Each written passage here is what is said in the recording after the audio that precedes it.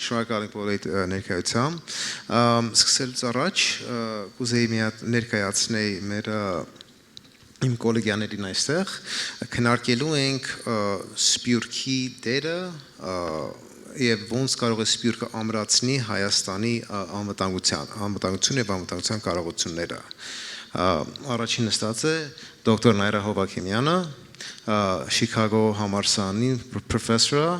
կներեք հայերով չեմ անում, ոնց են ասում mechanical engineering։ Taline Papazian, քաղաքագետ եւ ակադեմիկ Ֆրանսիայից, Stephan Astourian, հայկական ծրագրի տնօրենն է Berkeley համալսարանում եւ նույնպես ակադեմիկ, եւ Karnig Kerkonian, ճանաչված միջազգային փաստաբան եւ զբաղվում է նույն ժամանակ միջազգային դիվանագիտական տարբեր կոնցեպտներով։ Արդեն մի անգամից կսկսենք մեր հարցերով, տարբեր թեմաներ ենք այսօր քննարկելու։ Առաջին հարցը սկսում ենք դոկտոր Hovakimyani հետ։ Մի խնդիրը, որ դժվար է եղել լուծել Հայաստանի համար, նամանավանդ սփյուռքի հետ կապված եւ անվտանգության ոլորտը, դա եղել է ոնց է կարող Հայաստանը եւ սփյուռքը գործակցեն իրար հետ գիտության ոլորտում եւ բերեն այն գիտությունը սփյուռքից, որ կարող է ամրացնի եւ ազդեցություն ունենա Հայաստանի անվտանգության վրա։ Հարցը պատկանում է տիկին դոկտոր Naira Hovakimyanին, եթե կարող եք քննարկեք այդ հարցը եւ ինչ որ պատկանում է մեր հասկացությունը, այսինքն անվտանգությանը, ազատ եղեք, որ ոնց ուզում եք վերալուծեք այդ խնդիրը։ Շնորհակալություն հարցի համար, շատ լավ, շատ հետաքրքիր կարևոր հարց է։ Նախ մի փոքր ճշտում մտցնեմ, ես Չիկագոյի համալսարանից չեմ, Իլինոյի համալսարանի Urbana-Champaign մասնաճյուղն է իմ համալսարանը։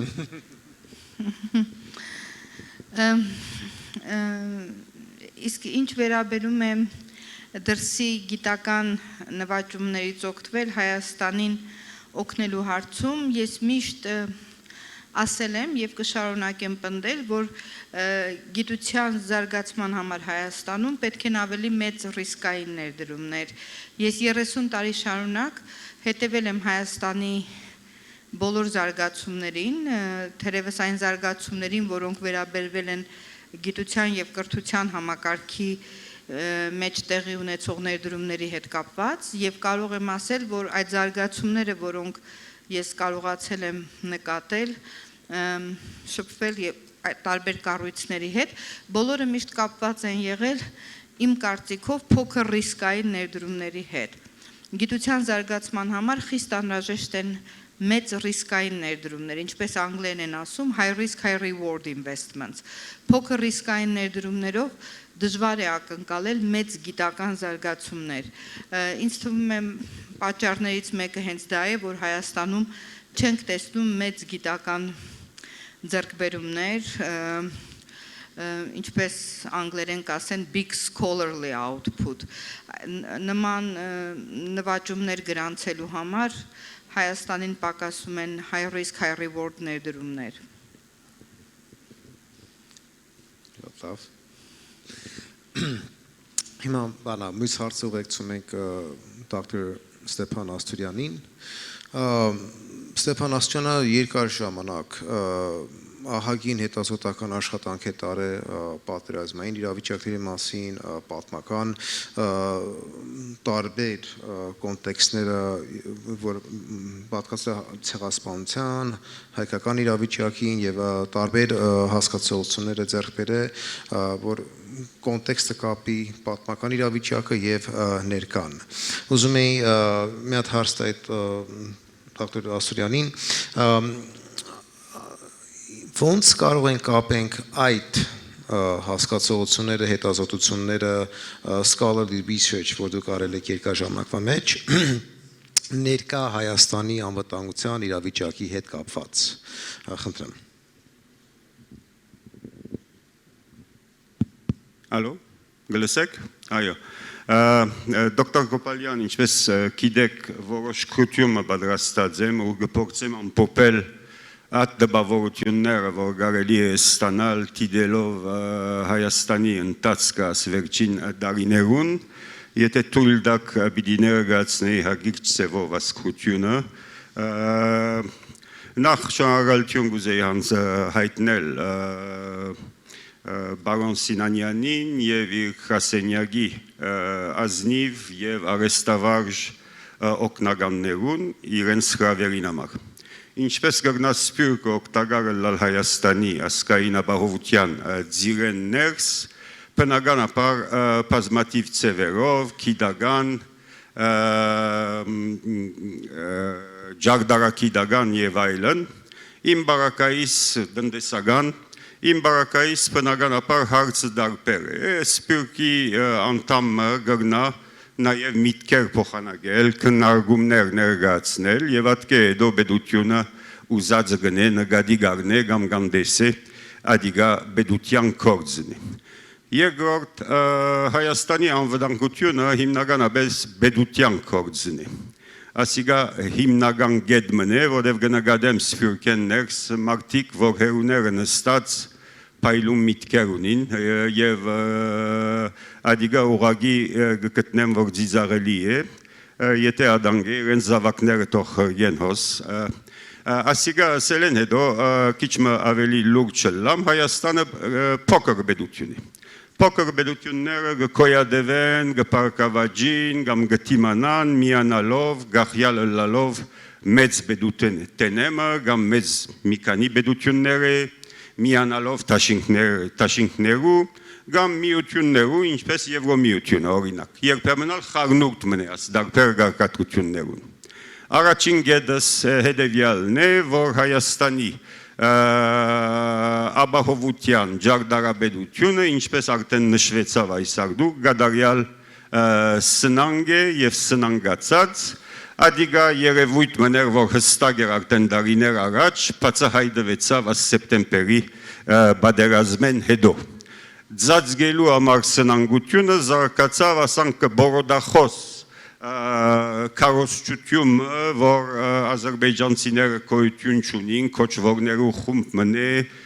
պատերազմը լա նվազագույնը մինչև քուրակեդը կհառաջանանք, եթե ոչ Բաքու, եւ ադորալ սնանգությունը մեջտեղ ելավ։ Հիմա հարցը ад է, որ այսօր Հայաստանը ուզե թե չուզե պետք է հստակացնե թե ինչ է իր ապահովության ջարդարաբեդությունը ապակային համար, մոտ ապակայի կամ միջին ժամանակի ընթացքին։ Արևելյան ուղղությունը կամ արևմտյան ուղղությունը Աս ընդրությունը, որ մեր խուսապիլը անգարելի պիտի լա շատ վտանգավոր է և լուրջ հարց մնե և որ մեկ գորնորոշում պետք է հիմնված լա պաստացի գարձր պաստերու վրա Հայաստանի ապահովության համար։ Այսինքն հայերը նաև 1918-20-ի տագարտի մեջ պետք չէինան այդ օրերու ղեկավարությունը գույրորեն վստահեցավ եվրոպացիներուն, սևրի տաշնակրին և այլն և ադոր քինը վճարեց։ Սածս այդ չէ որ պան է, բոլոր դարբերակները պետք է մեծ զգուշությամբ նկատի առնվին և որոշ մարդիկ շատ թյուրավ դարբեր արևելումներ կառաջարկեն շատ արագ բայց զգուշությունը կարևոր է։ Երկրորդ կետ, Հայաստանը դարիներ է իվեր, 2018-ին իվեր, այդ օրերուն հոտված մկրած էի, հիբրիդային խառն պատերազմի թեմ հանդիման կգտնվի։ Այս արդու նշվեցավ Ադրբեջանի թերագադարությունը այդ պատերազմի մեջ, բայց այդ պատերազմի երկրորդ երեսը ուրիշ խոշոր բեդուտենեմը գուկա և ունի ներքին բաժիմը, ներքին զալկեր, ներքին ուժեր նպատակը անհույսություն, անկանոնություն, այնինչ որ ֆրանսերեն գսեն անոմիի սկացում, որ գարկ ու կանոն չի գա, աշխարհը գպլի գոր, ղեկավարություն չէ մնացած, բան չենք գիտեր ինչ կլա, պետք է փրկարարը կա մեզի համար, ադե եզրակացությունը ասդեսակ քարոզչության։ Ասոր կմիանա նաև օրենսդրական գործընթացի դևական խանգարումը 45 տարի է պատմությունով, միջազգային հարաբերությունով սպառած եմ, այսպիսի երևույթը չեմ կրնակ հիշել ուրիշ երկրի մեջ, որ մի քանի գուսակցություններ ընդրվել է հետո չեմ մասնակցիր խորհրդարանական նիստերու։ Աս ձիրեն ներս ժողովրդավարական չափանիշները շատ լավ են, սակայն պետք է հասկանալ, որ ժողովրդավարությունը չի նշանակել, որ թույլ դաս, որ մարդիկ կու մամուլիտ մեջ օրինակ հոտվածներ կրեն, ուր գսպարնան բացահայտորեն կամ ձածգված սևով, աս կամ ան բաշտոնյաներու կյանքին թեմ։ Առաջին առաջարկն է, որ Հայաստանը պետք է ուղղակի դերակատվական քաղաքականությունը հստակացնե եւ իքորձ տնե։ Երրորդ կետ ապահովությունը միան IT մարդիկ շլացած են IT-ով, դրոններով եւ այլն վերջերս ապահովությունը շատ լայն ձիրմ ունի իմիջի այլոց ադիգա գբահան չէ որ գարենաս արժևորել թշնամի բարեկամներու շարժումները ուժի հարաբերությունները հստակ ըմբռնում ունենաս թե անոնց հետին նպատակները ինչ են պետք է գարենաս քննել հարցերը առանց սկացումի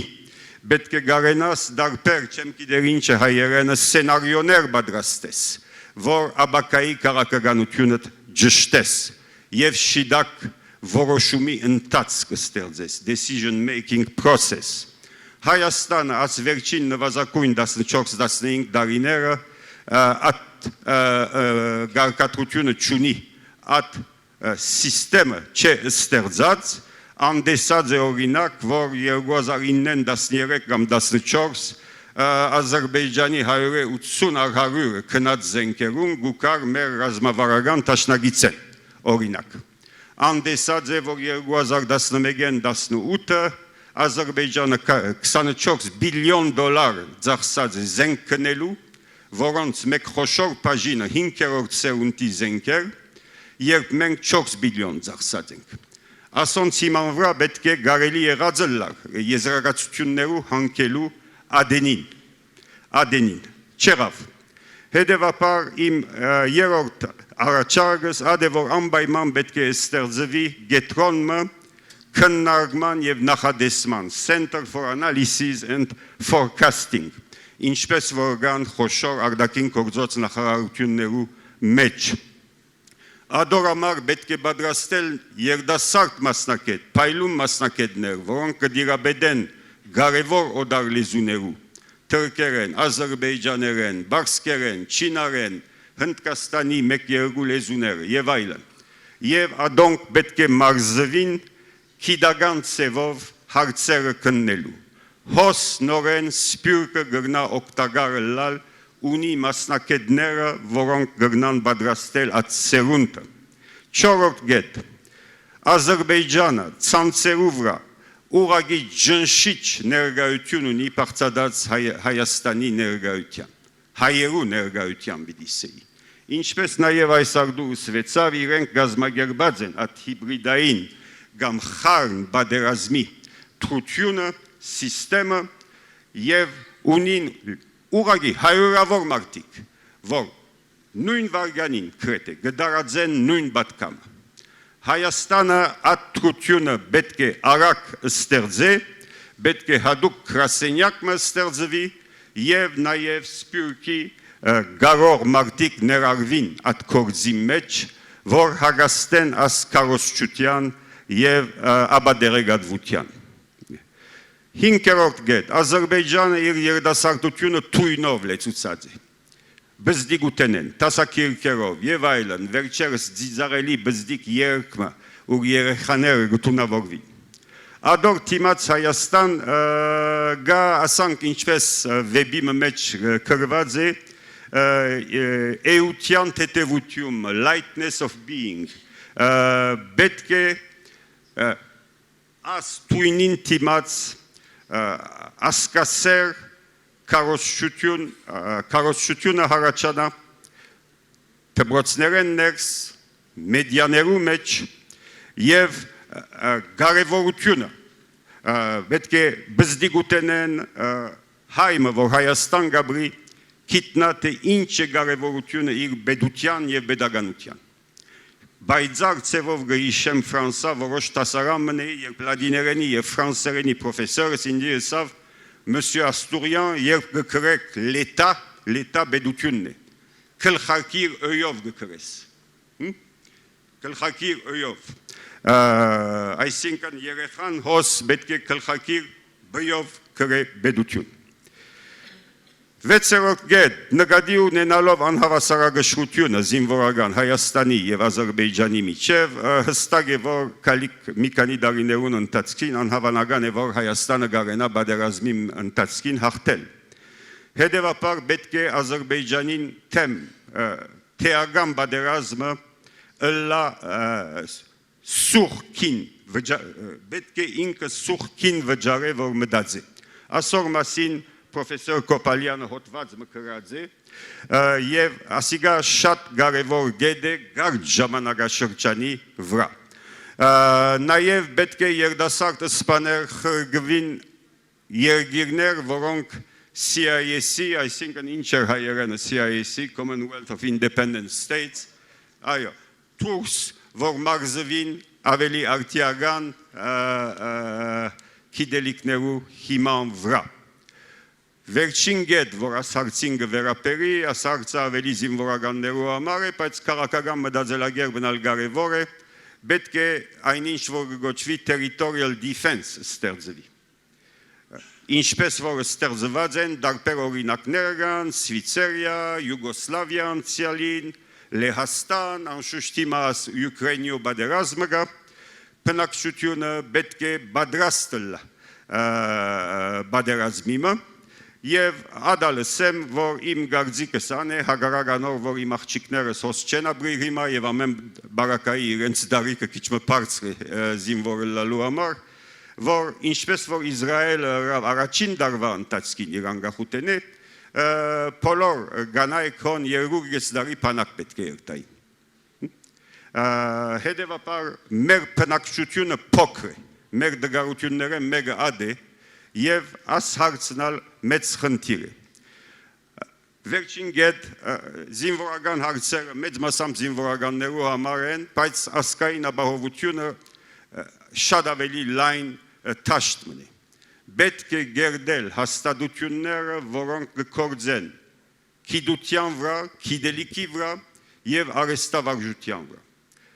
Հաստատություններ, որոնց մեջ կաշխատին մարդիկ որ ստացած են իրենց թիրքերը մրցումի հիման վրա, արժեքի հիման վրա, և ոչ որովհետև զարմիգն են գագոյին, գամ մորեղբայրն են լիլիտին։ Գրասնակոր, եթե ատսևով ընտանա բեդություն չի գերդվիր։ Եվ ասիգա անշուշտ գարդ ժամանակի փոփոխությունը չէ, դարիներ գարն է և գենտատրե նաև մդայնություններու փոփոխություն։ Բայց եթե դոգուն հաստատություն չունենաս, որ գիտության հիման վրա աշխատի, դոգուն բեդություն չես ունենար։ Եթե դոգուն բեդություն չունենաս, բարապանե դրոներու մասին խոսիլ եւ այլն IT-ի մասին հերու չես երտար այդ բաներով։ Հետևաբար բիդիսեի, որ մեր անցյալի 30 դարվա սխալներեն պետք է արագ սորվինք եւ կորձի անցնինք եւ շնորհակալ եմ ձեր ամբերության։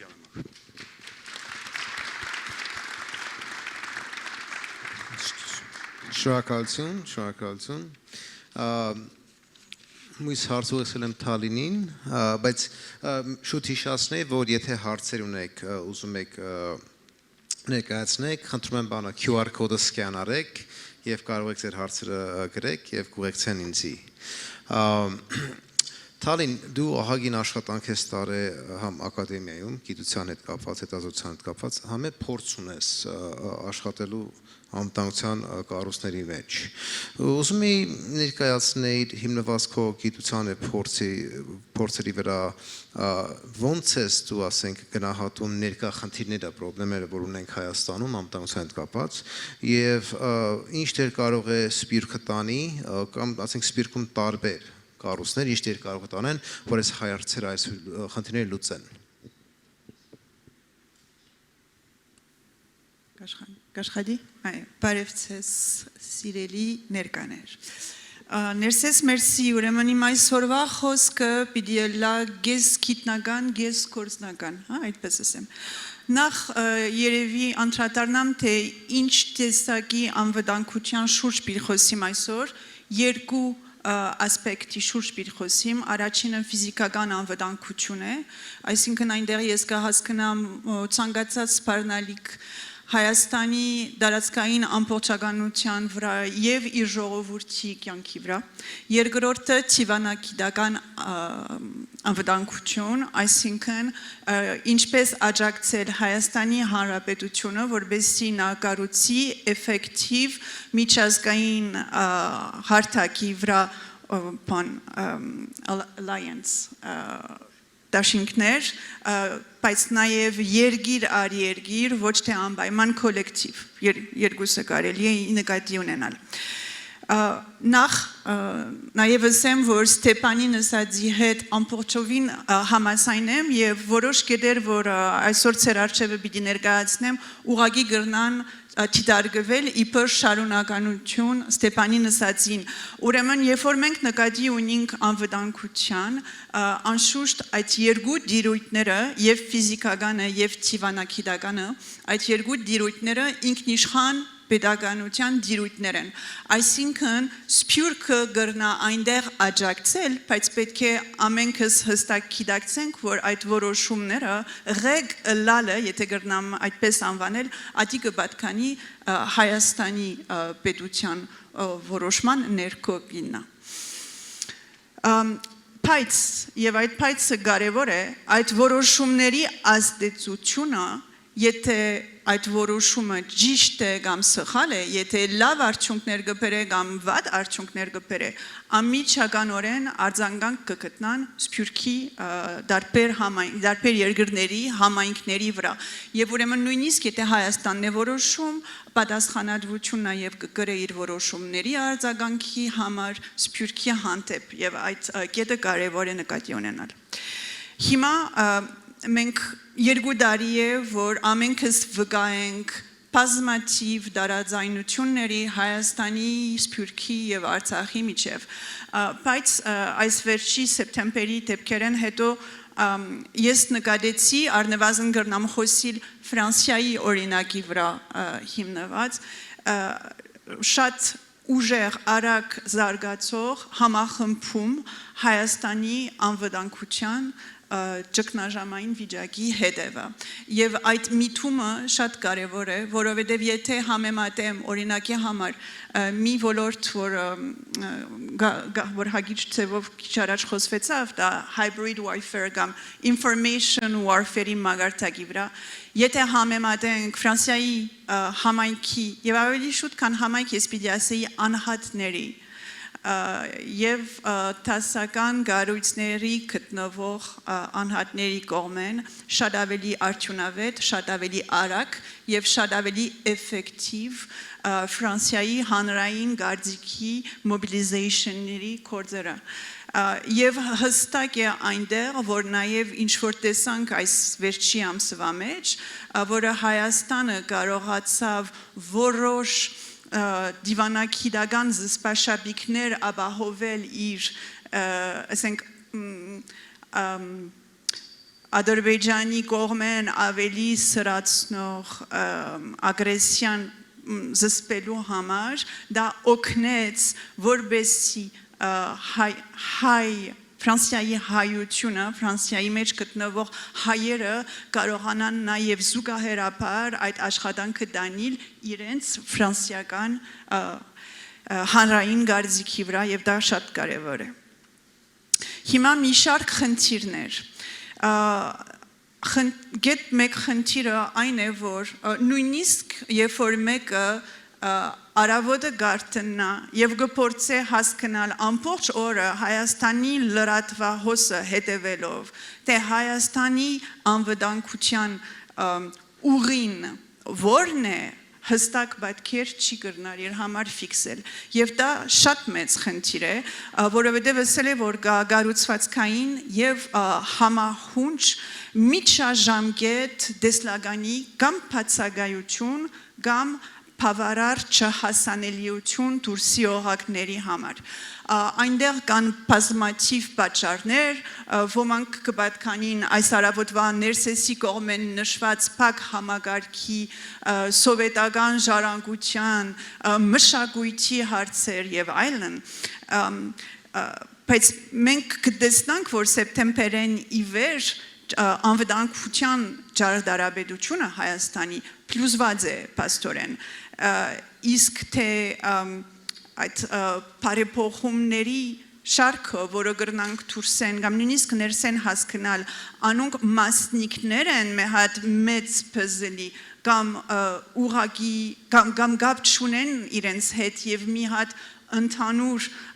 անվտանգության դեսլագանի հետ արդյոք կապ ունեն թե ոչ ես մինչ այժմ դժվարանամ այդ հարցին պատասխանը տալ եւ չեմ գիտեր եթե մինչեւ հիմա այսինքն 20 թվականին ի վեր բարդությունեն ի վեր մինչեւ օրս արդյոք Հայաստանը իր համար այդ հարցին պատասխանը տվել է թե իր զինված ուժերի գլխավոր առաքելությունը ինչ է արդյոք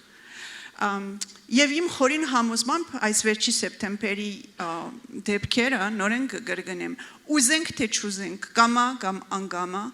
Հայաստանին պիտի որ այդ հարցին հստակ պատասխան տա սահմանափակելով անշուշտ եւ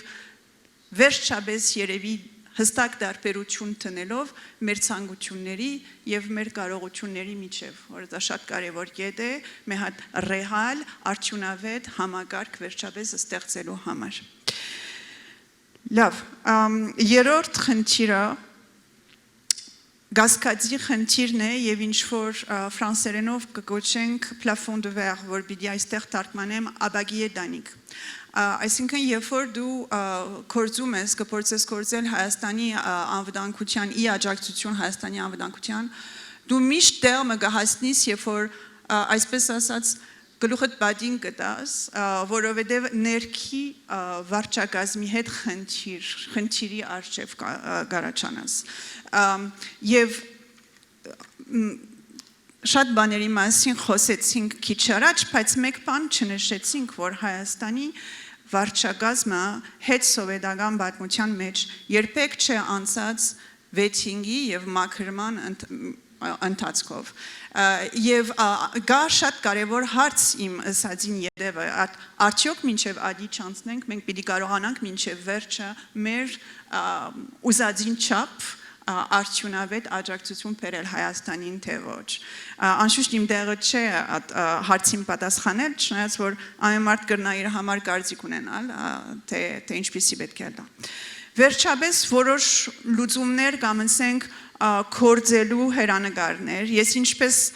կտեսնամ ես այստեղ պիտի խոսեմ Ֆրանսիայի համար նորեն կգրգնեմ եւ միջաժամկետ որովհետեւ գարջաժամկետ ճգնաժամային այդ անելանելի վիճակների մեջ կարծեմ որ սփյուռքը մեծ օգնություն չի կրնար ունենալ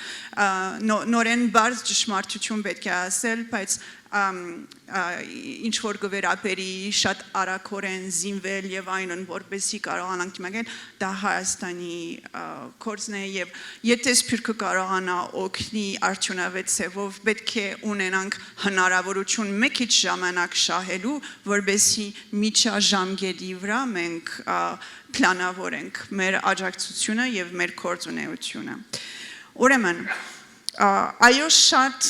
լուրջ եւ մեր մորթի վրա սկացած ժամանակ կաբրինք բայց միևնույն ատենը որոշ հնարավորություններ բացավ այս վերջի ամիսը մեր առջև այդ բադուանների հնարավորությունը գրնաշուտ փակվիլ ուրեմն պետք է շատ աշխատիլ եւ արագ աշխատիլ, որովհետեւ այդ պատուանի լայնքը մի քիչ մեծացնենք։ Նախ գետ առաջինը այն է, որ նորեն գսեմ Ֆրանսիայի համար խոսիմ կարող է այդ օրինակը ուրիշ երկիրների մեջ մի քիչ տարբեր ցևով պետք է ուժի մեջ կիրառվի, բայց այսպես ասեմ, գիսա քախնիկ, բայց շատ բարձր հեղինակություն վայելող advocacy-ի հիմնելու ժամանակն է։ Ինչ կուզեմ ասել, այսինքն Նախ եւ առաջ սպառազինության հարցը կարելի է հիմա նորից դնել սեղանի վրա։ Ես չեմ գիտեր, եթե այդ հարցը գրնա օրը իրականանալ կամ ոչ, բայց այդ հայտնի խոչընդոտները, որ մինչև հիմա կային, ամենայն թեպս արժանորեն սեղանի վրա դնել, որովհետև ինչպես որսի լրիվ նոր իրավիճակ կստեղծվի հիմա Հայաստանի շուրջ Ֆրանսիայի մեջ այս վերջի դեպքերի հետ կապված։ Դա առաջին։ Նորեն ուշադրություն, ես չեմ ասել, որ այստեղ պիտի հստակ տերմ անցնի, չեմ գիտեր, բայց կարելի է մտածել, աշխատել եւ հասկանալ։ Երկրորդը Եվրոպական միության առաքելությունն է, որը հիմա 4 ուղղություններ ու տակ սահմանների վրա է արդեն աշխատում Ֆրանսիայի փորձագետները շատ կարևոր տեղ կրնան ունենալ այդ հարցը բարձրացնելու Հայաստանի եւ Ֆրանսիայի միջև, որովհետեւ այդ առաքելությունը նախ ավելի լայն ծավալով կործի, երկրորդը արդիականացվի, այսինքն գուցե անցնենք քաղաքացիական, տեխնիկական առաքելությունն մինչև արդեն ուրիշ մագարտակով զինված, ճակերտավոր կամ ոչ ճակերտավոր, բայց զինված առաքելության, իսկ երրորդը, երբ որ արդեն իրենց զեկույցները սկսին հրաբարակելու, անշուշտ պետք է մենք սա մտցնենք մեր հybridային warfare-ի ասենք ընդհանուր մոդեցումի մեջ։ Երկրորդ կետը, որի շուրջ կարելի է շատ աշխատել եւ այդ աշխատանքը մինչեւ հիմա բացակայում է համարյալ ամբողջությամբ, այն է, որ սփյուռքի մեջ կգտնվի շատ հետաքրքիր human capital, expert resource, եւ Հայաստանի կառավարությունը իր անվտանգության ոլորտի մեջ կրնա այդ էքսպերտներին հասնել, որբեսի, ինչպես ասեմ, այդ էքսպերտները օգնեն լավ փողամբռնել սպասելիքները մեկ կողմեն եւ մյուս կողմեն կրնան օգնել այդ մշակույթի դարբերությունները երկու երկիրների միջև թեթևացնել որովհետեւ այդ էքսպերտների մեկ մասը ասենք որ իրենց ֆրանսիական կոլեգաների հետ նույն դպրոցները անցած են իրար գճանչնան որովհետև professionally հավատք կա իրենց մեջ այսինքն հեղինակությունը որը կրնան վայելել Ֆրանսիայի մեջ դա հիմնված չէ իրենց հայ լինելու վրա ճիշտ հակառակը այդ հայ լինելը կրնա շատ երկար տարիների ընթացքի մեջ մեծ խնդրեմ եղած է իրենց կյանքի մեջ որ դա կարողացել են հաղթահարել մինչեւ բայց ուրեմն այդ հեղինակությունը կարելի է Հայաստանի կողմեն օգտվել այդ հեղինակությունեն ոչ թե միայն տասական համայնքների կամ կառույցների վրա հիմնվելով եւ վերջապես եւ դա նորեն շատ կարեւոր կետ մնա Ստեփանը կխոսեր տարածքային պաշտպանության մասին այո մենք կտեսնանք որ Հայաստանի մեջ այդ նույնիսկ անվտանգության ոլորտի մեջ ամենաակտիվ կամավոր դարերը կգան ոչ թե պետությունի կողմեն, այլ կգան մասնավոր հատվածի կողմեն եւ քաղաքացիական հասարակության կողմեն եւ այնտեղ նաեւ նորեն այդ փորձակետներ, համայնքներ, անհատներ սփյուռքեն եկած աջակցելու տեղ ունին,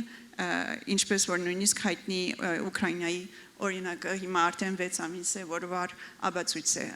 ադոր մեջ։ Մերսի համբերության համար։ Շնորհակալություն։ Մյուս հարցը ուղեկցում եմ Կարնիկին։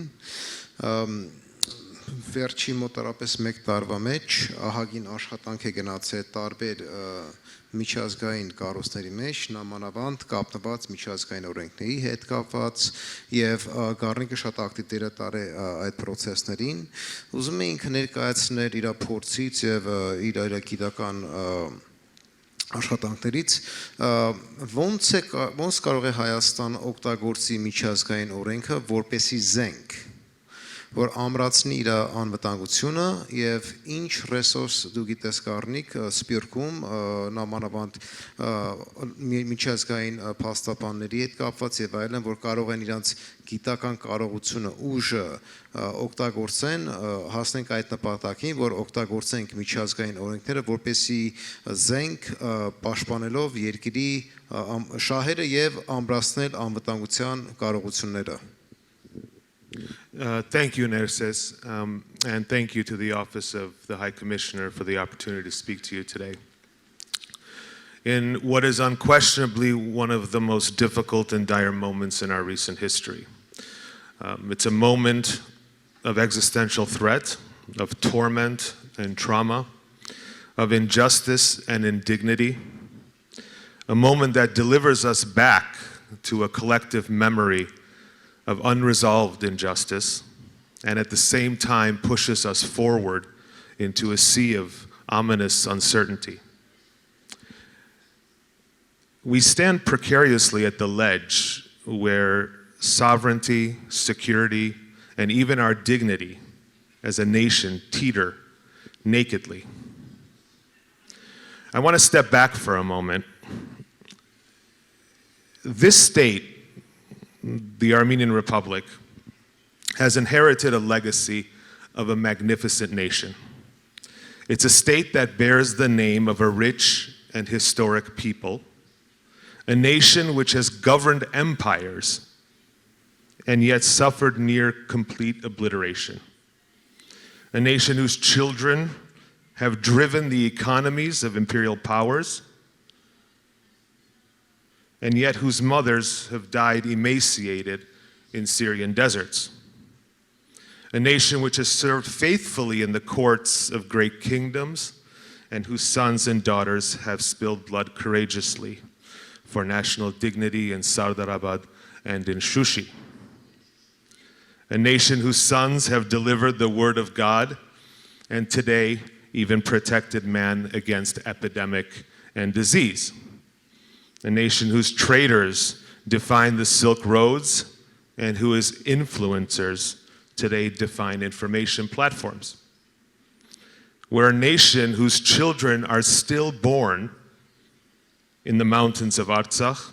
and stand on our greatest of national treasure, homeland. The state has been blessed with the magnificence of the whole Armenian nation, and therefore the state's work,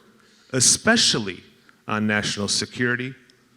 must be in service of the whole magnificent nation. National security in the Armenian context is therefore a broader concept than we see in the statist approach typical of traditional nation states. This makes the national security predicament much more complex. But the goal here should not be to define national security in the narrowest sense possible, in a manner excluding the hard stuff, and then claim success.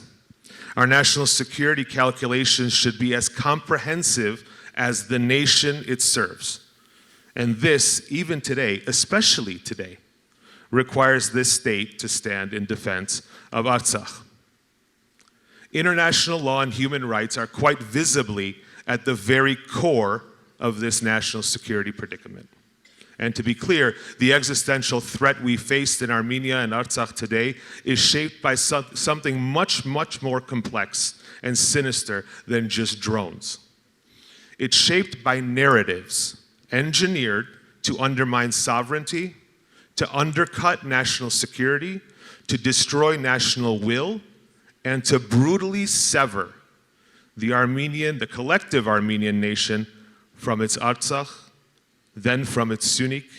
then from its diaspora, and finally from its own identity. If you don't believe me, look at the maps Azerbaijan circulates to its own soldiers. It includes the land this hall stands on right now.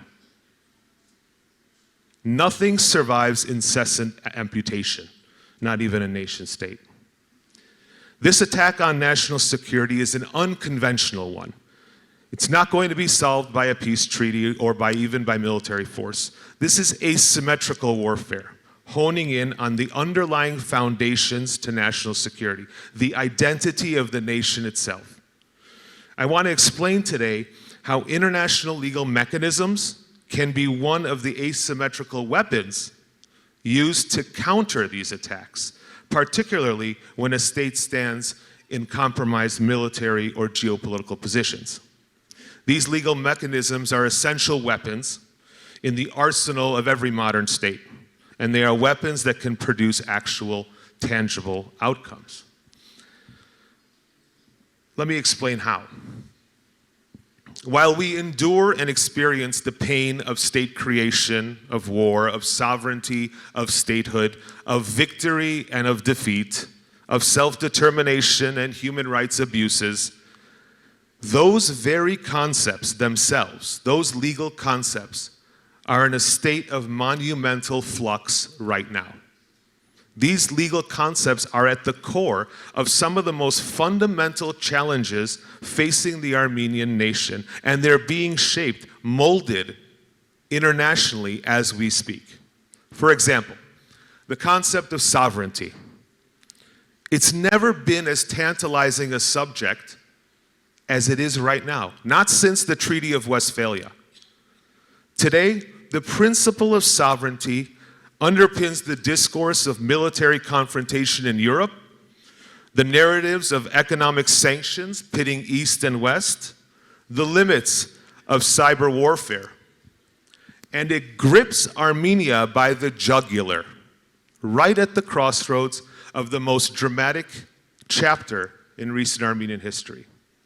When brute force is not an option, how does a state exert its sovereignty? How does it project power? International legal mechanisms offer one key avenue.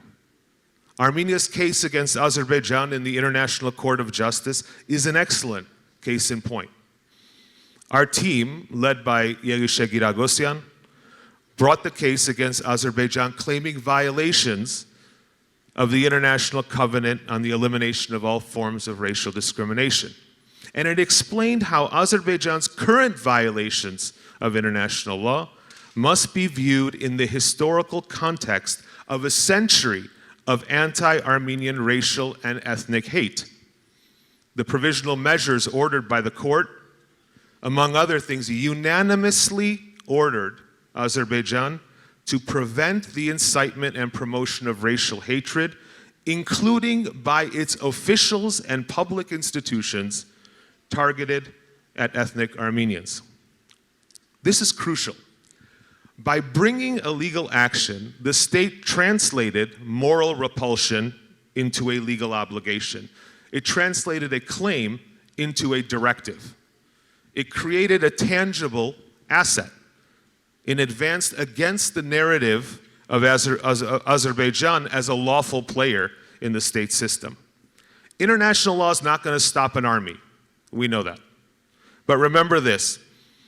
This particular battlefront on national security is not about drones or tanks. It's about narratives that underlie and fuel state action. This asymmetric battle takes place on a different plane altogether, and its deliverables are tangible gems that, if used properly, can help buttress diplomatic negotiations and other important state action. Self-determination. This is another example where asymmetric legal mechanisms are valuable. The principle of self-determination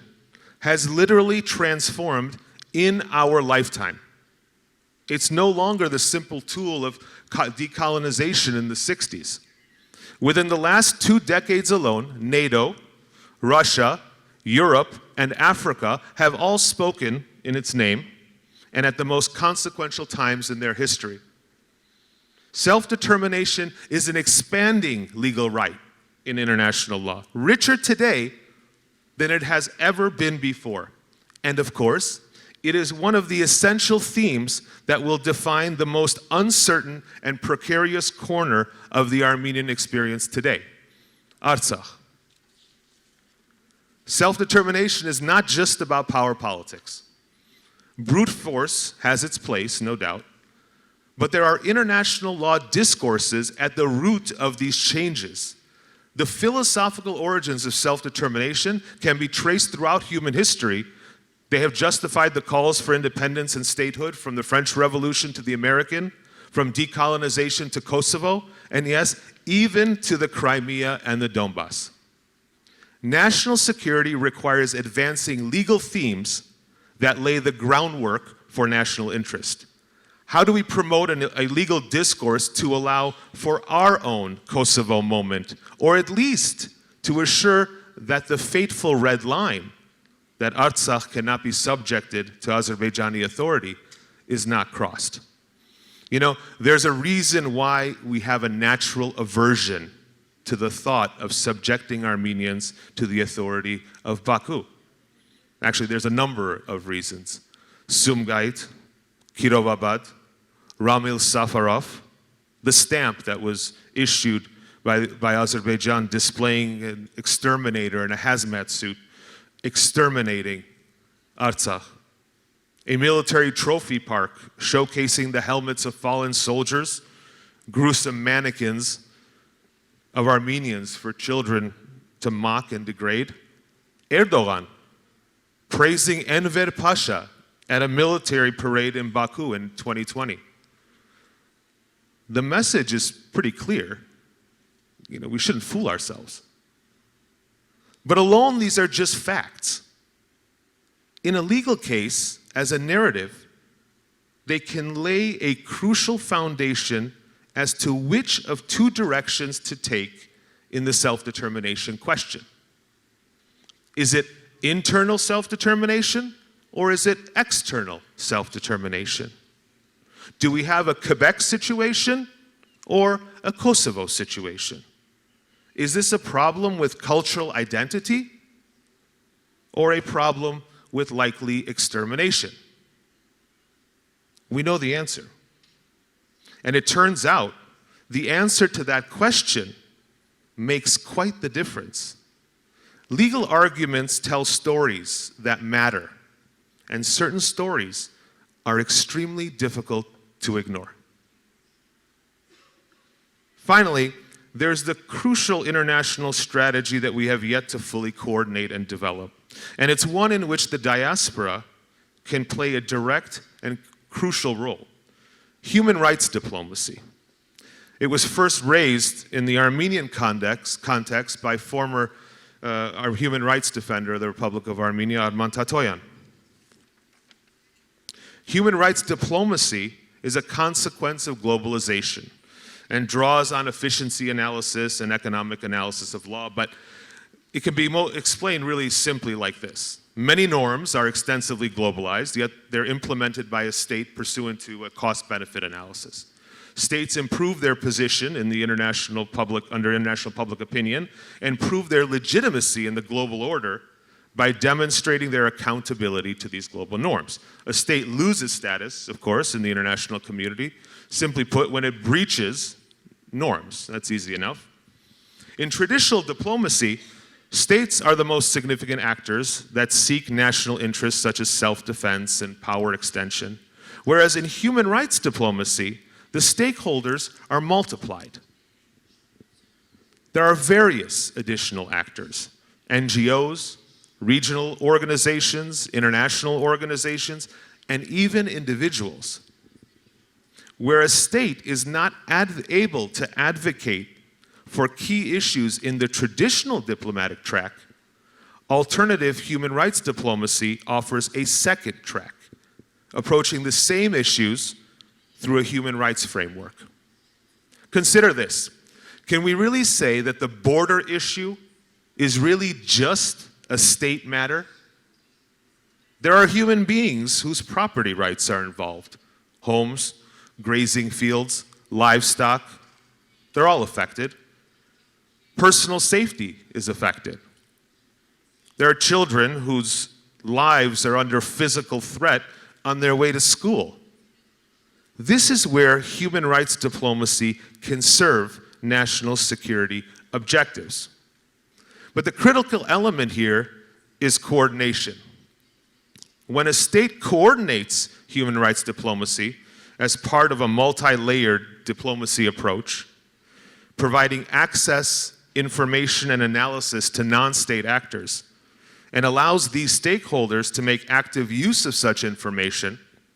in formats and forums that shift public opinion, impact is possible. Without coordination and information, however, the full potential of an organized human rights diplomacy cannot reach its full potential. Legal niceties aside, national security, especially from the legal or philosophical standpoint, in essence, is really about dignity. It's about national dignity.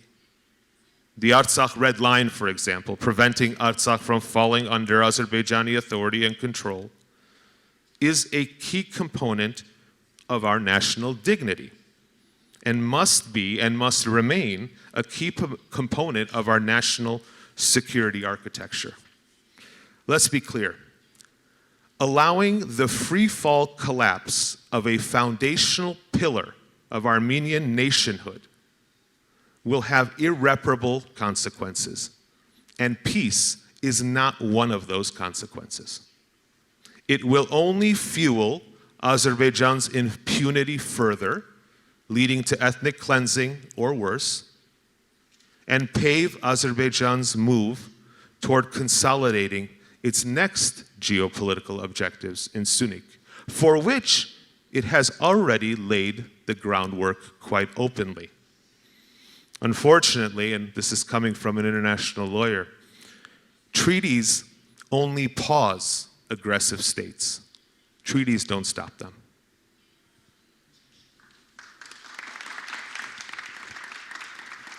Thank you, Karnig.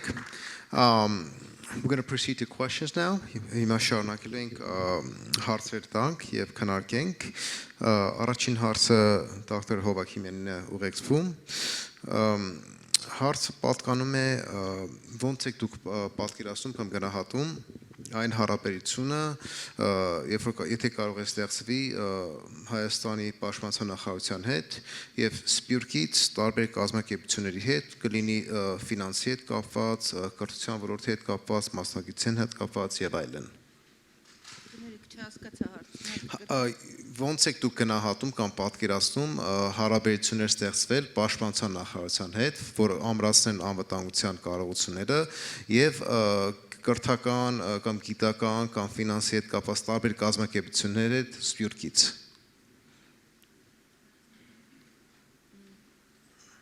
Երկու հարց է, թե մի հարց։ Ոնց ուզում եք պատասխանեք։ Կարող եք կապեք իրար հետ։ Ճիշտն ասած,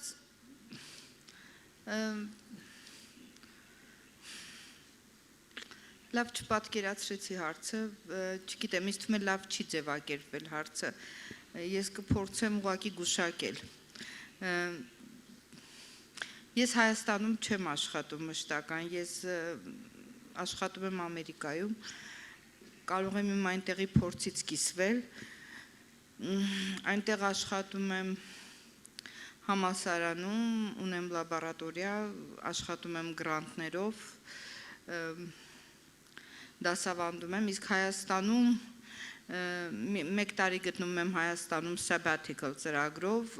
այստեղ փորձում ենք նույնպես որոշ աշխատանքներ կատարել պոլիտեխնիկի լաբորատորիայում գիտական ինովացիաների եւ կրթության հիմնադրամի ֆինանսավորման օգնությամբ, նրանք են ֆինանսավորում պոլիտեխնիկի լաբորատորիայի հետազոտությունները եւ այստեղ փորձում ենք ուսանողներին կրթել, որոշ մեթոդներ սովորացնել, իսկ թե պաշտպանության նախարարության հետ ինչպես կարգավորել այդ հարաբերությունները, ճիշտն ասած լավ չեմ պատկերացնում, քանի որ պաշտպանության նախարարությունից չեմ ճանաչում ոչ մեկին Հայաստանում։ Ինձ թվում է այդ կապը Հայաստանում հաստատելու ձևերը պետք է փորձեն իրանք միմյանց հետ խոսալ եւ այդ խոսալու ձևերը գտնեն։ Ես ցավոք սրտի չեմ ճանաչում պարզապես պաշտպանության նախարարությունից ոչ մեկին։ Իմ հետ ոչ մեկը չի խոսել եւ ես ոչ մի կապեր չունեմ։ Ճիշտն ասած 1 տարի Հայաստանում եմ, գիտության կրթության նախարարությունից նույնպես ոչ մեկի չեմ ճանաչում։ Ոչ մեկը իմ հետ չի հանդիպել, ոչ մեկի հետ չեմ խոսել, չգիտեմ ինչպես այդ կապերը ես Հայաստանում կարգավորեմ, իմ համար դժվար է։ Ես աշխատել եմ ամերիկյան համալսարանի ղեկավարության հետ եմ շփվել պոլիտեխնիկում եւ գիտական ինովացիաների կենտրոնի հիմնադրամի օգնությամբ պոլիտեխնիկի լաբորատորիայում ենք որոշ զարգացումներ ապահովում, հուսամ այդ զարգացումները կլինեն շարունակական, մենք այս պահին ունենք որոշ հաջողություններ, որոնք բավականին հետաքրքիր են, բայց առայժմ ես պաշտպանության նախարարության կողմից նույնպես որևէ հարցում չեմ ստացել, որ հասկանամ ինչպես նրանց օգնեմ։ Իսկ իմ ամերիկյան փորձը այդ հարցում լրիվ ուրիշ է, նրանք հետաքրքրվում են բնականաբար համալսարաններում տեղի ունեցող աշխատանքներով, նրանք փորձում են հասկանալ, նրանք փորձում են հետաքրքրվել, ֆինանսավորել եւ այլն։ Եթե այստեղ ինչ-որ մեկը ցանկություն ունի հասկանալ, թե դա ինչպես է արվում Ամերիկայում, ես հաճույքով կպատմեմ։ Եթե պետք է այստեղ պատմել, խնդրեմ, կարող եմ պատմել, բայց դա երկար կլինի, որովհետեւ դա 5 րոպեում չես պատմի։ Իսկ մյուս հարցը ինչ էր, վերջին հարցի վերջի կտորը։ Հարցը իրար հետ էր կապված, ուզում էին հասկանային ոնց կարող է կապ ստեղծվի, ինձ թվում է նշեցին պաշտպանության նախարարություն, բայց նկատի ունեն ավելի անվտանգության ոլորտի հետ, ոչ թե ասենք, եթե դուք անձամբ կապեր եք ունեցեք կամ աշխատեցել եք, բայց ոնց կպատկերացնեիք, ասենքն այն անձերը ձեր նման, որ ասենք բարձր մակարդակի կրթություն գիտություն ունեն, ոնց կարան օգտակար լինեին, գործեցին տարբեր կառույցների հետ Հայաստանում, որ զբաղվում են անվտանգության հետ։ Գիտեք, Ամերիկայում նրանք գալիս են մեր լաբորատորիայում ժամանակ են անցկացնում, հարցնում են ինչպես եք սա անում, ինչպես է այդ փորձը ստացվում, փորձում են խորանալ, հասկանալ, հարցնում են այս ենթադրության դեպքում այս թռիչքը աշխատեց, իսկ ինչու մյուս ենթադրության դեպքում չի աշխատում եւ այլն։ Այստեղ ես նման հետաքրքրություն չեմ տեսել ոչ մեկից։ Մենք մի տարի աշխատում ենք պոլիտեխնիկի օդային ռոբոտոտեխնիկայի լաբորատորիայում, անում ենք փորձեր, փորձարկումներ, ես պաշտպանության նախարարության կողմից որևէ հետաքրքրություն հարցում չեմ տեսել, ճիշտն ասած։ Ոչ էլ կրթության գիտության նախարարության կողմից, բայց մեր մոտ կան բավականին հաջողություններ։ Մենք ունեցել ենք բավականին այցելուներ, Էստոնիայից թիմ կար, եկան մեզ այցելեցին, Ամազոնից կար այցելու, կային բավականին հետաքրքիր խոսակցություններ, բայց նախարարություններից չեմ տեսել կոնկրետ այցելություններ։ Շատ շնորհակալ ենք, վստահ եմ ժամանակ չունենք, բայց սա պատկանում է ավելի լայն խոսակցություն, որ քննարկում ենք մի քիչ առաջ փակ համակարգ ինստիտուցիաների ու ոնց պետք է բացենք եւ ավելի ամրացնենք հարաբերությունները կրթության ոլորտների հետ։ Մյուս հարցը ուղեկցում եմ Ստեփան Astourianին, ստեղ հարց կա,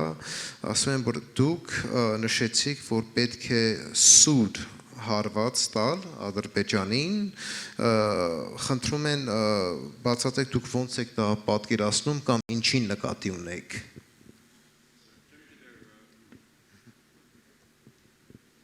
Չեմ գիտեր, եթե շիրակ ասկացա, սուտ հարված, ոչ իրական հարված, սուր, expensive, այո, ձանր գուզեի ասել, եթե թյուրիմացություն եղած է, որ սուտ հարված ասի, բավական հեգնական գլար, ամեն բարակայ, ասածս դրամապանության վրա հիմնված է, Nerses տուն հոտված կրած է սադոր մասին, և ինչպես ասի, այդ հավակնությունը չունիմ գարձիկներ դալու, որոնք կբատկանին զինվորական մասնակետներու։ Զինվորական մասնակետը գիտե, թե ադիգա ինչ սևով գրնա անել, բայց ավելի լայն միտքը միան զինվորական մասնակետը չի գիտեր, կարելի է քաղաքական գիտության մասկազմոր մեկը, որ բավարար գարտացած է բատմապամը և այլն, այդ գարձիկը ունենան։ Հիմա կործունեությունը, թե ինչպես կործի իքորձ գտնես, ադիգա գբատկանի զինվորականներու։ Ամբողջ խնդիրը օրինակ մարնեմ, որ ճիշտ նույնը չէ, այսպես կոչված asymmetrical warfare-ի քիրքեր կամ բազմաթիվ մի քանի հատ գակրացած եմ եւ սեբենք ամենացած մագարտակը գտնա գերիլայի բادرազմի օրինակը ու փունչը մարտիկ գտնան փանագի մտեմ եւ այլն բայկար դանիլ պան սոպազ սադե որ at գեդը որ շեշտեցի ընտանուր գեդ մնե անոր կորձատրումը գբատկանի իսկապես զինվորական մասնակետներուն եւ ոչ պատմապանիմը որ նաեւ բավարար գիտելիք ունի քաղաքական գիտության մեջ Մերսի, հասկանալի է մի բան շատ արագ ավելացնեի, որ Ստեփան նշեց իմ հոդվածը երկար ժամանակ այս քննարկումը կա, որ իսկապես ոնց կարող ենք վերակառուցել երկրի անվտանգության ռազմավարությունը եւ որ Ադրբեջանը քննարկի շատ խորը եւ խուսափի հարցակումից, որովհետև շատ սուղ կամ թանկ կլինի իր համար։ Իսկ այդ սուղ ու թանկ բառը բանա շփոթվեցին մի քիչ, շատ լավ։ Հարցը նույն հարցը Թալինն եմ ուղեկցում, այստեղ հարցնում են,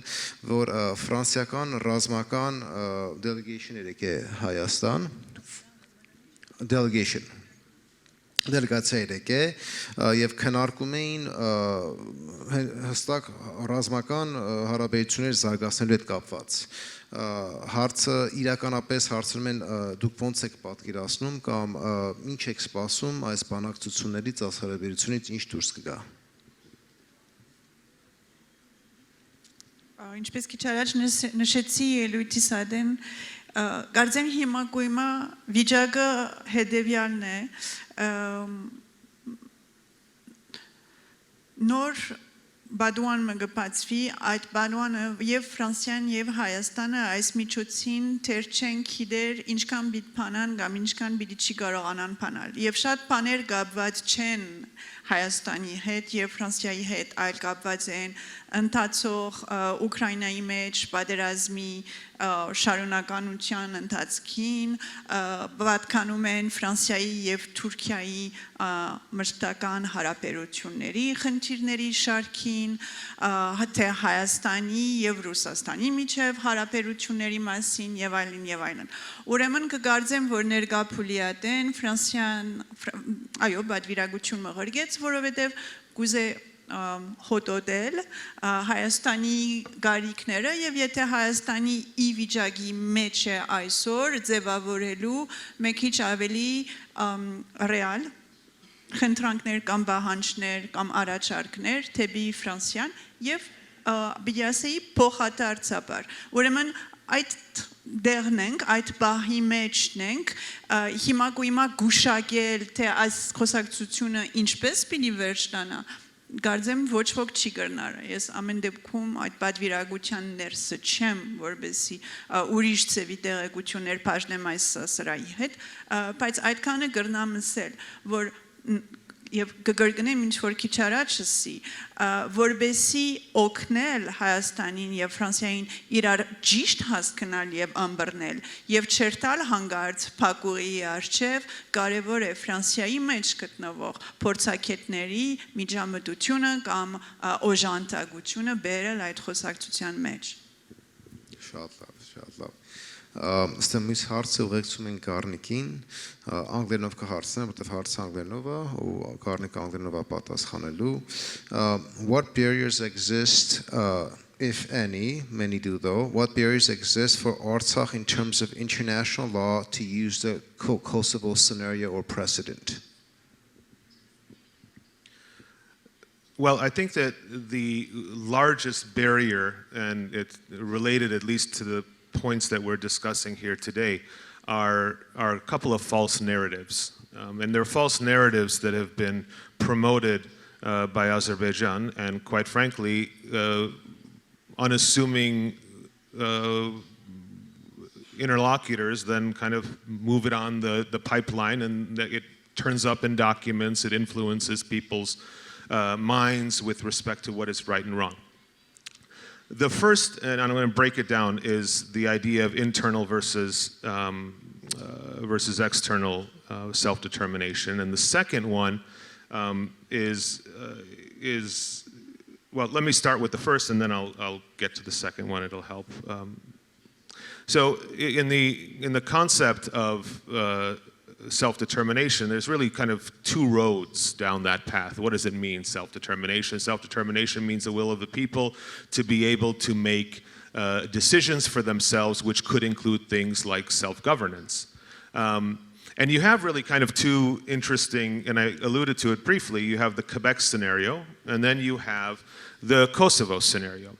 The idea of self-determination is enshrined in customary international law. It comes through in the documents as well, the conventions and treaties up to the UN Charter even.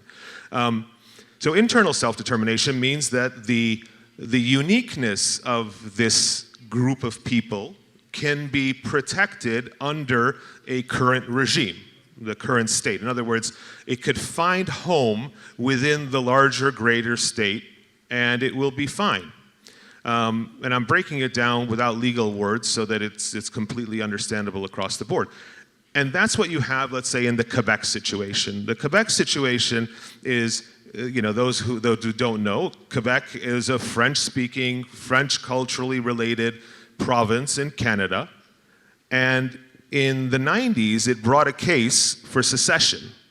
And it went up all the way to the Supreme Court of Canada. And the Supreme Court of Canada said, okay, you have a right to self-determination, but you have a right to internal self-determination. In other words, you can have self-governance, you can have cultural protection, but you don't have the right to secede. And the reason for that was, at least the evidence presented to the court, were the issues of cultural uniqueness, language, history. And the court said, yeah, all those are important and all those should be protected within the state. In the Kosovo example, we have something completely different. We have external self-determination, where that was decided on whether, the ICJ opinion related to something just slightly different, but it's referred to in the ICJ case. But in the Kosovo example, we have external self-determination because the evidence that was presented defending what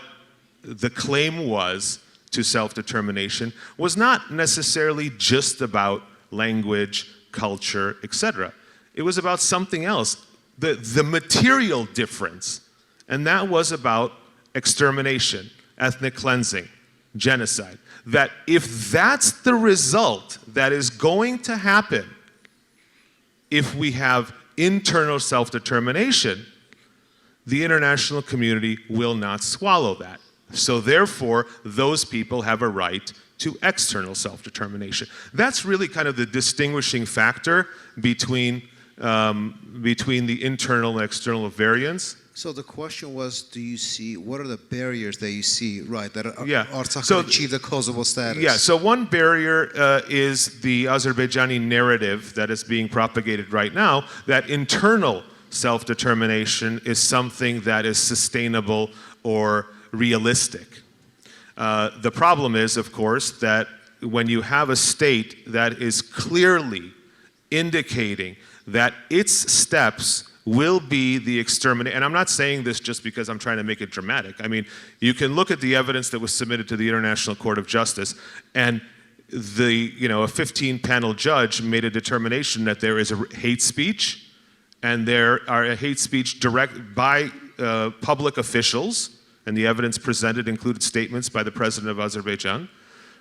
indicating ethnic cleansing. So one of the major barriers is combating that narrative, because I even hear that narrative being echoed,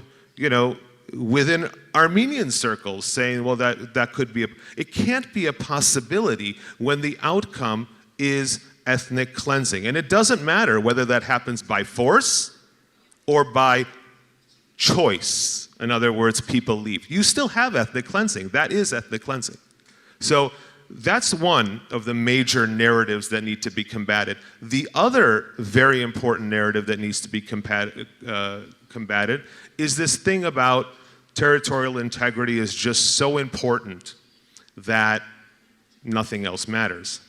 There are a number of legal philosophical reasons why that can't be the case, and I'm just going to really just quickly say the narrative that Azerbaijan has promoted is territorial integrity and that's it. That's the most important principle in international law. Territorial integrity is a principle that governs nation states, recognized states with one another. It doesn't deal with the problem of self-determination. So in other words, territorial integrity doesn't dissolve the question of self-determination as a right. Because Azerbaijan seeks territorial integrity doesn't mean that it can do what it wants with people under its military control, any state. So that's where the self-determination argument is being lost in this war of words on Azerbaijan's territorial integrity. It was very prominent during the war, and has continued today. And quite unfortunately, there were a number of scholars, including in Armenia, who even a decade earlier were arguing that if we allow this narrative to proceed in the international legal community, what we're going to have one day is a war of territorial integrity. And that's what we had. That's what that war was. And if we think about, obstacles, we have to kind of take a step back and say, what's realistic? The idea of, let's give it another try. We're dealing with human lives. You don't give it another try. If we already have an example of ethnic cleansing, of hate crimes, and most significantly, of a pattern of conduct that is supported by the state of Azerbaijan, and that clearly indicates the direction it's looking to go. I mean, one of the most, and I'll close with this in terms of a response, one of the most kind of dramatic examples, in law, you don't really get kind of smoking gun evidence, but when a state issues a stamp that has a guy in a hazmat suit, with exterminating the largest obstacle is really convincing the world that we are dealing with a situation that nobody else would tolerate the idea of putting Jews in a Nazi German regime. It would not be tolerable. And we have the evidence that shows what Baku's agenda is. It's not a secret. It's very proud of its agenda, quite frankly. And it's supported by Turkey as well. And if you put the two together, you have a massive PR campaign. And that's why I think that, in the quick answer to, one of the largest obstacles are fighting these narratives. And with these narratives out there, it only creates a situation where the actual legal principles can't come to the surface because there's too much noise. We've allowed this noise to take place. And so and that's how I would answer that. Thank you. Actually, it was very, very thorough and consistent with my assumption is most Armenian positions. But I think, thank you, Karnig, it did address a lot of these specific nuances because, we always pose a question, why not Kosovo, why not Kosovo? And it's a lot more nuanced, and also a lot of it is that we didn't do a good job of shaping that narrative. Excellent. Վերջացնելու ենք մի հարցով ու ով ուզում է կարող է մասնակցի պատասխանի հարցին։ Ստե մի 3-4 հատ տարբեր հարցեր կան, իրար հետ եմ հարցերը կապելու, որ ժամանակը քիչ է։ Հարցը պատկանում է Սփյուռքում ոնց են հասկանում Հայաստանի անվտանգության իրավիճակը եւ Հայաստանում ոնց ենք հասկանում այդ իրականությունը ունտեղ անջատում կա թե ավելի հասկացությունները իրար հետ մոտիկ են եւ եթե անջատում կա դա ստեղծում ավելի խնդիրներ թե խնդիրներ եւ ոնց կարող ենք դա լուծենք եւ առաջ գնանք ով ուզում եք Ստեփան Գուզեի ասել որ հարցումին ծավալգերբումը ինքն իրմով խնդրահարգայ ինչպես սպյուրքում պատկերացնում են ասիգա ադիգա չգա բամը որ սպյուրք է ինքնիրմով գա բազմաթիվ սպյուրքի նահանգներ Ամերիկա, Ավստրալիա, չեմ գիտերու, Լիբանան, Արևելյան ամերիկյան բաժինը, Արևմտյանը, Ֆրանսան եւ այլն այսինքն հարցը ծավալել թե սպյուրքը ինչպես կմտածի բան ինքնիրմով արդեն խնդիր է որտեղ չկա այդպիսի բան որ գոյություն ունի սպյուրքը փակ մնի խղացք մնի so պետք է գդրել այդ բանը թիվ 2 որովհետեւ գարենաս ճշգրիտ պատասխան տալ պետք է ուսումնասիրություն ունես այսինքն դվյալ ունենաս չէ հարցումներ Ֆրանսա սեբենք լավ ընդրված հազարատ ֆրանսահայ իրենց կհարցնես չեմ գիտեր ինչ դասը հարցում եւ ադոր նույն բանը Ամերիկա եւ այլն եւ ադոր հիման վրա կարելի է պատասխանել այս հարցումը անոնք որ ասդեսակ հարցումին կպատասխանեն հիմնականապես իրենց դպավորությունը կփոխանցեն ոչ մեկ փաս չկա իրենց գարձիկին դագը օդ at կուզեի եսել so գծավիմ բան ամբադը կարելի չէ պատասխանել ասոր եւ արիտեմ բիդոկտվիմ երկու բան շատ կարճ բան ասելու քանի որ որոշում առնելու ընթացքի մասին խոսք ըրի գարձել որ հարցերը գտնաս ցկցկել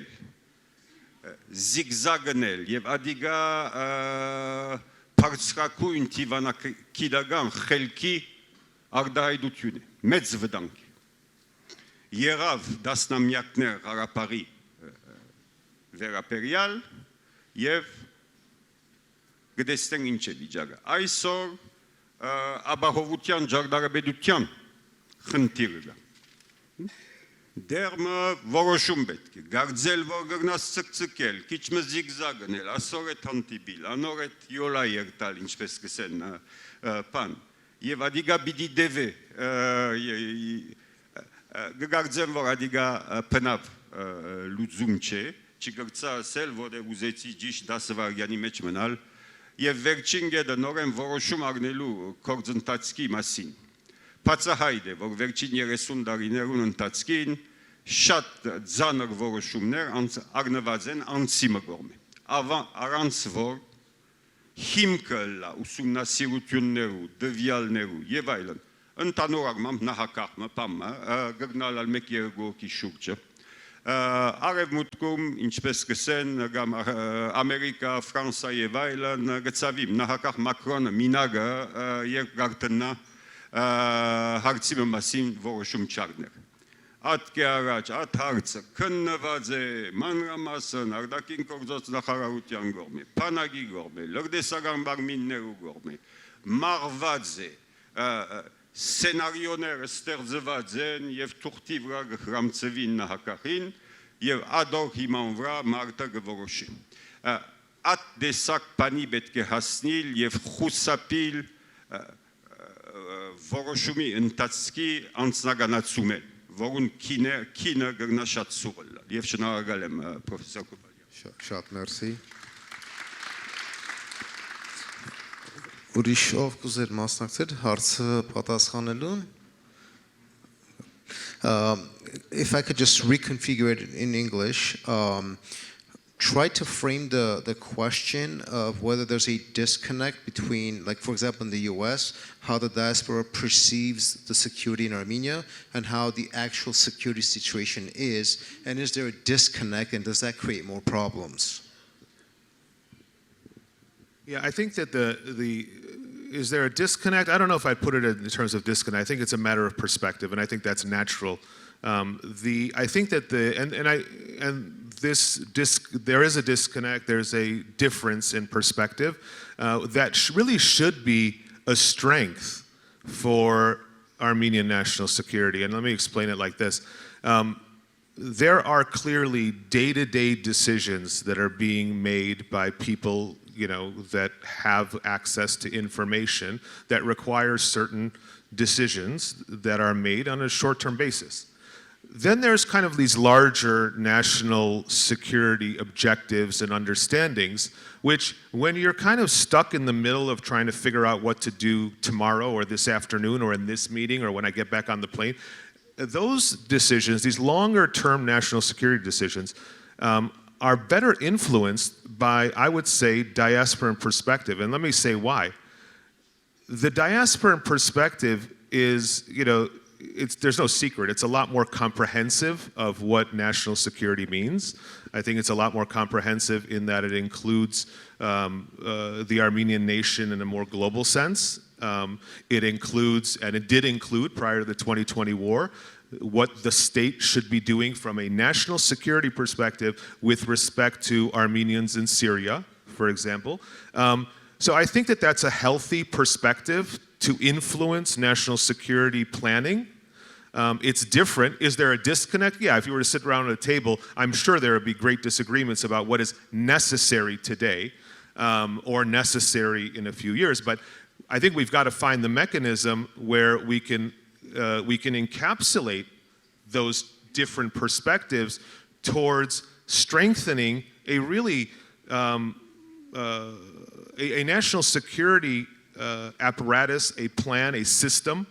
that allows for not only meticulous planning on the day-to-day, but also some of these longer-term strategic goals. Because yes, there might be benefits to taking certain action today with the hopes that it's going to produce some sort of result. But if you think about the long term, or you analyze the long term, there could be very significant drawbacks from that. In any democracy, you have the situation where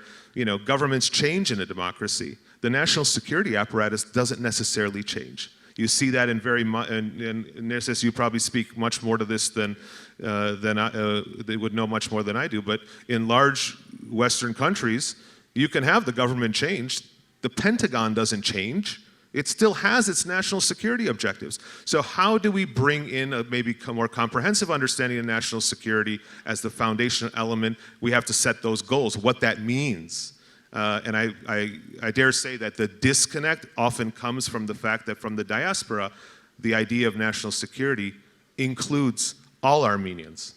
And it's an influence that I think is important for the state to consider in its day-to-day decisions. Excellent point. I just want to kind of wrap up and second that opinion based that you mentioned my work on this. The role of the diaspora in better conceptualizing security leads to a diversified understanding of security as opposed to the tunnel vision that we've had for 30 years. So I think that was an excellent point. Շատ լավ շնորհակալ ենք բոլորիդ, որ մասնակցեցիք